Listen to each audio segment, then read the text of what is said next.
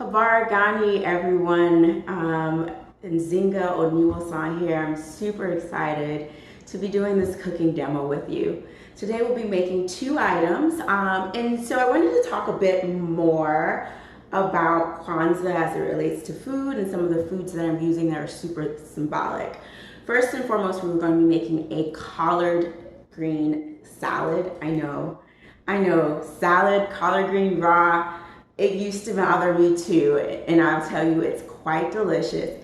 And then we're also going to make a black-eyed pea fritter. So with Kwanzaa, the karamu is one of the things that I always look forward to. And the karamu is when we come together and have a feast. And a lot of times we have foods that are symbolic to us in terms of African and African American diasporic cultures. So collard greens are considered a sign of prosperity. Typically around the first of the year, we like to have it to make sure that we're able to bring prosperity into our lives. With respect to collard greens, in different parts of the world with African cultures, it can be seen as a sign of fertility and birthing new things. So this is our meal for today. I don't want to spend too much time chatting because this is the time we're supposed to take a break and eat and all of these things. So the thing I'm going to start with first is the meal that's going to take the most time. So we have our black-eyed peas, and they've been cooked already. So make sure you've had your black-eyed peas cooked. And then we're going to add the other ingredients and mash them all together. So those ingredients include some minced onions. What's really important with these onions are they are super fine when we mince them. So you don't want big chunks. I have a couple. I'm guilty. I'm also adding cilantro. Or if you don't like cilantro, you can always substitute it out with parsley. I'm adding 2 cloves of garlic. And this is a variety of ways that you can have this. I'm adding chickpea flour, or you can use a gluten-free alternative. Some people like to use cornmeal instead. I'll let you determine what you feel comfortable with. In this case, this helps to bind our recipe.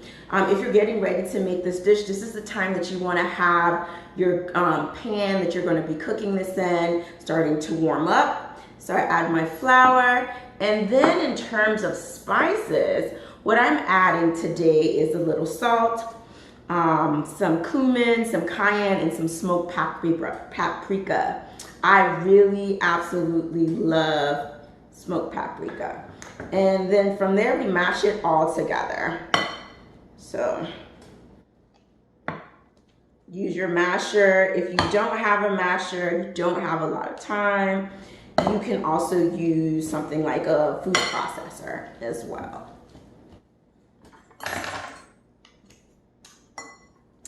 So this is a modified version of aka, which is a black-eyed pea fritter that you find in West Africa. The reason why I'm not doing that is because it does require a little love. With that traditional dish, one, it's pretty simple. It's just black-eyed peas and seasoning. And the other thing is you basically soak the black-eyed peas and you have to take off all the skin, which is quite fun, but quite laborious. And so that's why I opted not to do this version instead. So if you notice, it's pretty nice. I'm gonna do this a couple more times. So here we are. Moving this around, and everything is pretty mixed together. So this is also the point in your making of this recipe that you should taste your fritter to see if it's seasoned to your liking. You may want to add a little bit more salt. You maybe don't want to add a little bit more salt, right? So you just have to test it out. I like it as is. Just mixing it around a little bit more. It's nice and fresh. Okay? And then from here, you're going to start to form your balls. So what we do for that is as follows. We take about a tablespoon to 2 tablespoons of the batter, and we form a patty like this. And I'm just gonna put this to the side so I can show you what I'll end up doing once I put it on the stove. So what you're gonna be using, again, because this is a quick food demo, you could always bake this as well using parchment paper and just going back and forth. But today I'm going to actually heat this up on the stove using some, you can use avocado oil or coconut oil, whatever is available to you. You just want to make sure it's an oil that can withstand high heat. So I'm just going to do 5 and you finish this batter up a little bit later. I just want to make sure we can do all these foods together. So from here, my oil's been on for a while, then I'm just going to add this in to the heat. So you want to make sure it's nice and hot.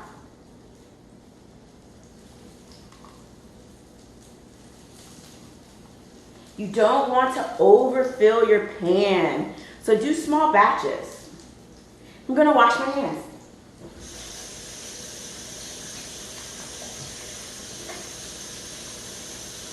So you want to let it cook about 3 to 5 minutes on each side. And then it'll be ready. You want to also have some paper covered plate so that when you do take this off the heat, you're able to then drain some of that oil that might have been sucked up during the making of this dish. Okay, so I'm going to move some of these dishes that I've used.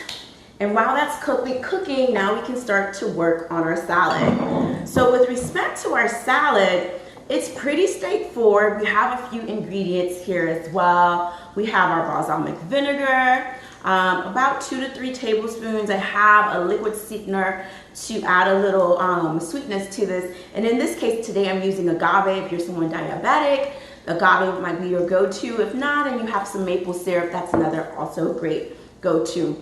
I also have about 2 tablespoons of olive oil. And then in the mix, we have cherry tomatoes or grape tomatoes, about a cup. I grated up some ginger and I have some minced red onions as well as raisins. So at this point, depending on how hot your fire is or how quickly you cook, you might want to check your fritter. So mine's are ready to turn over, to be quite honest.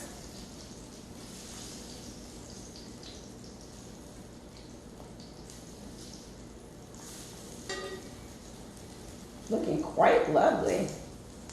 Okay, here we go. I might make some more after the salad while we're here. Okay, so from here, first things first, show your collard greens some love.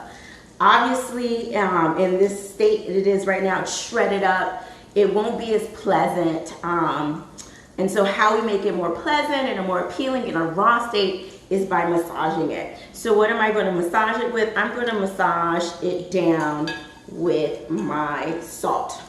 That's the seasoning for this dish. So I'm basically just working this and massaging this until it softens up a bit. So you want to massage it for 1 to 2 minutes. It just all depends. You'll start to see if you're noticing here that the bowl will seem like it's not as full, and we're just massaging that salt. And in this case, for both recipes, I'm using Himalayan sea salt because it's just a little bit more beneficial for our health.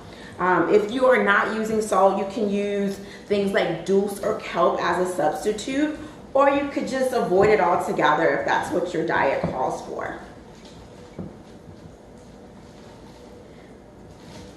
So now you've noticed that a color has gotten a lot darker. So we have this nice dark green. Just gonna give it a little bit more love.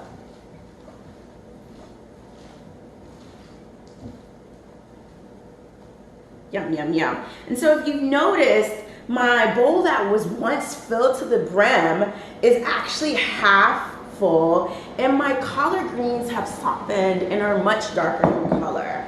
And so that means that it'll be easier for us to then digest a bit later. So from here, we're going to start adding our other ingredients. Again, if you're making your fritters, you should be checking.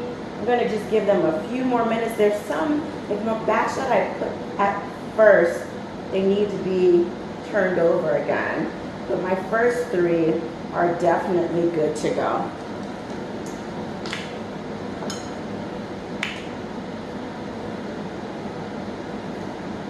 Really nice. So if you notice here, it's pretty nice. Just going to turn it over one more time. Just want to make sure it's nice and brown. Okay. And what's making this not break up is that flour that we added in there, which is allowing it to hold like it is. Okay. So up next is the vinaigrette that we are going to add into this recipe for our sauce. So basically what I have is my balsamic vinegar, my liquid sweetener, my olive oil, and I'm just going to whisk that all together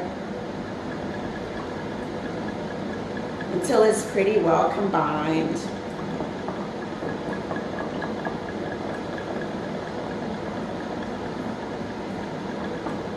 So now it's pretty nice and thick, if you notice here. And what I'm going to do is then add this to my salad. So then I'm going to just pour this right on. See how nice and thick that's gotten? So you want to make sure it's nice and together. And I'm just going to toss this a bit. Make sure that sauce is all over there.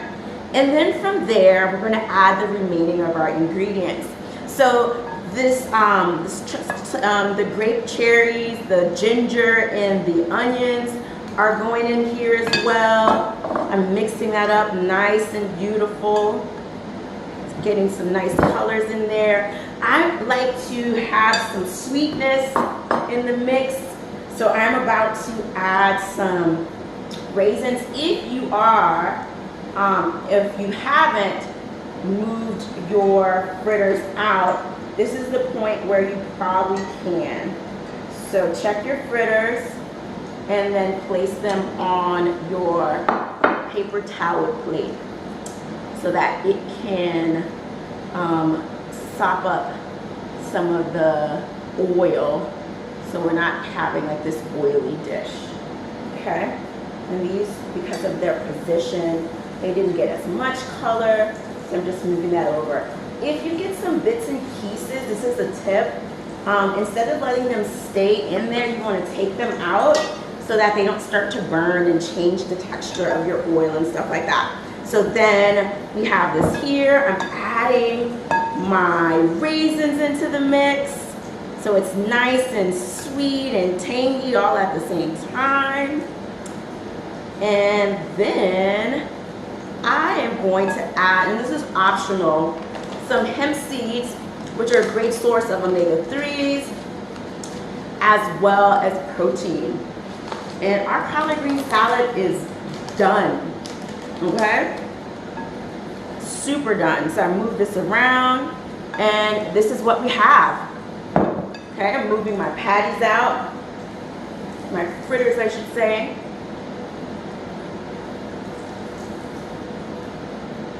So if you're making the fritters by themselves, you can serve this with hot sauce, of course, with whatever sauce of your choice. What I like to do and what I'm going to do here is I am going to place the fritters on top of my salad, or next to the plate. Actually, I'm going to plate it.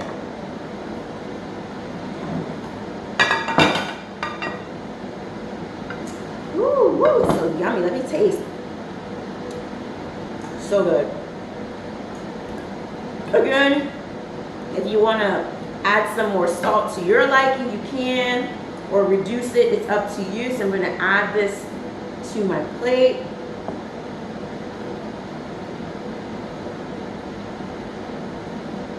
So beautiful. Then I'm going to add my fritters on here.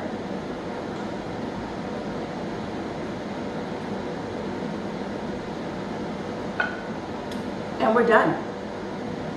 So enjoy your feast. I look forward to sharing a few more recipes with you this week, and have a wonderful Kwanzaa. Bye.